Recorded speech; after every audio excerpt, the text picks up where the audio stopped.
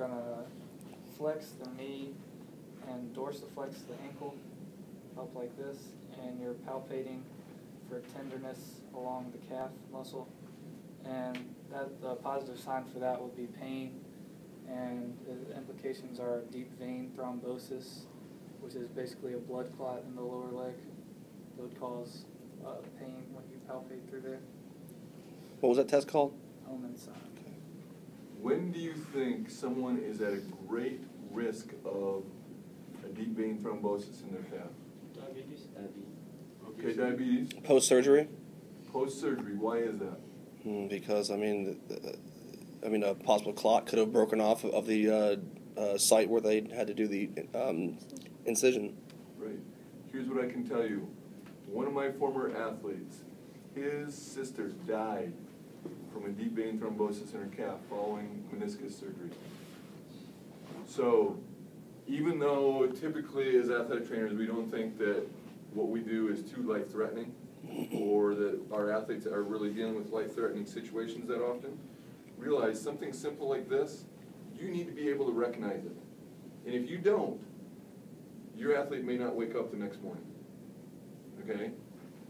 So these tests are very important for you to know. Good job. I just at the back a little bit. All right. I have the subtalar joint play. So could I actually have you lie on your side?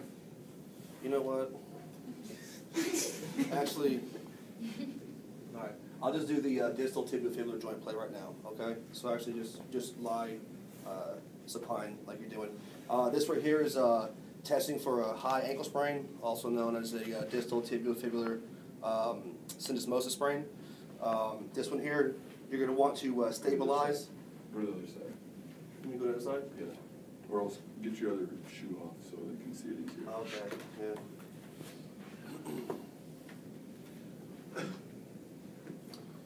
Like I said, you're just testing for a high ankle sprain. Okay.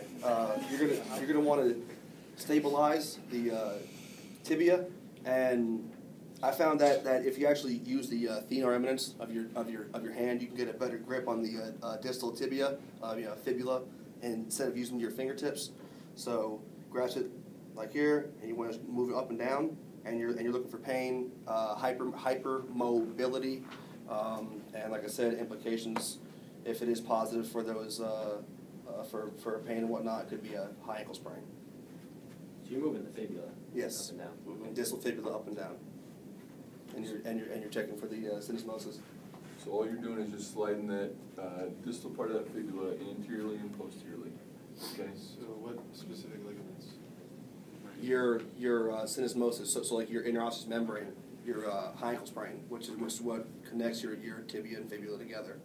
So this doesn't check for ligaments. This one's for just high ankle sprain. This one actually will stress the ligaments a little bit. So here's my question to all of you out there.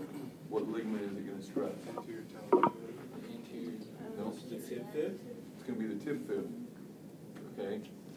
All right? So it's the inferior tib fib. Okay? So when you do that, you just need to be aware, okay, here's all the structures that could be being assessed. Good job. Yeah. Okay, now what we're going to do is the subtalar joint play.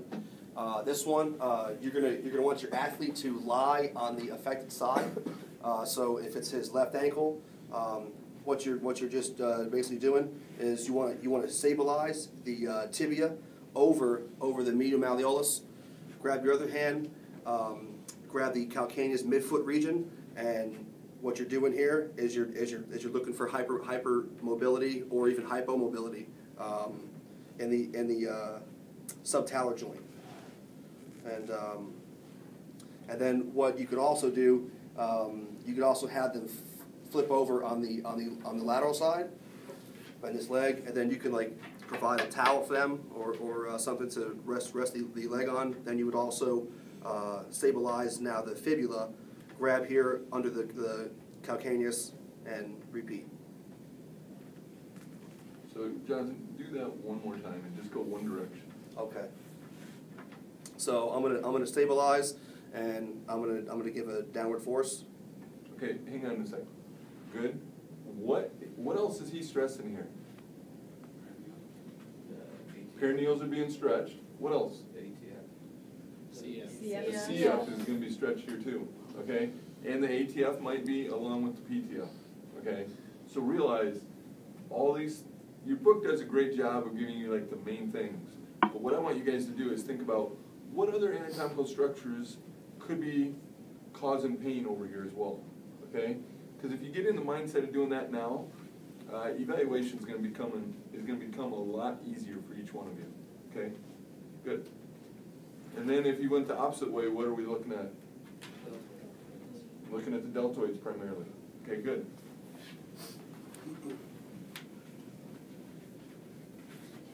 Which foot you want? The Left?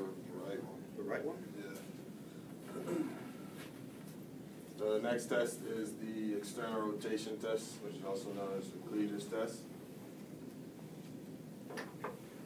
And we are stabilizing the lower ankle, well, the tibia and the fibula, and we are cupping like this way here, base of the heel, put your hand here, and we are stressing an external rotation of the foot, stressing the deltoid ligaments, which is an implication. A positive test would be pain or hypomobility, which means he doesn't really have any motion, and an implication would be a sprain to the deltoid ligament or syndesmosis injury, which is known as a high ankle sprain. Tree, do me a favor. I'm gonna show you how to do a little alternative way of this. Do exactly what you just did with the left hand, put it over the, now take your right hand and just grab up on the forefoot. Okay? And what I want you to do is if you grab like this, grab right here, and just take him that way. Okay. Okay? If you just push him into dorsiflexion, dorsiflex the foot, and then externally rotate it. Okay? See how you're stressing that deltoid there as well? Right. So here's another variation that you can do. You can do it the way Tariq showed it, or you can do it this way. It doesn't matter. Okay? All right, the next one is the Cox test, which is pretty much almost the same, but you are stabilizing again here, but you are cupping the calcaneus ligament right here, and you are pushing on a lateral talar glide, which would have been better on that foot, but you laterally stress the lateral side of the talus, which means you are pulling the talus this way, which is straining the distal tibular fibular ligament, which is also a syndesmosis injury. All right? Any questions? All right, here's what I want you guys to do. We're going to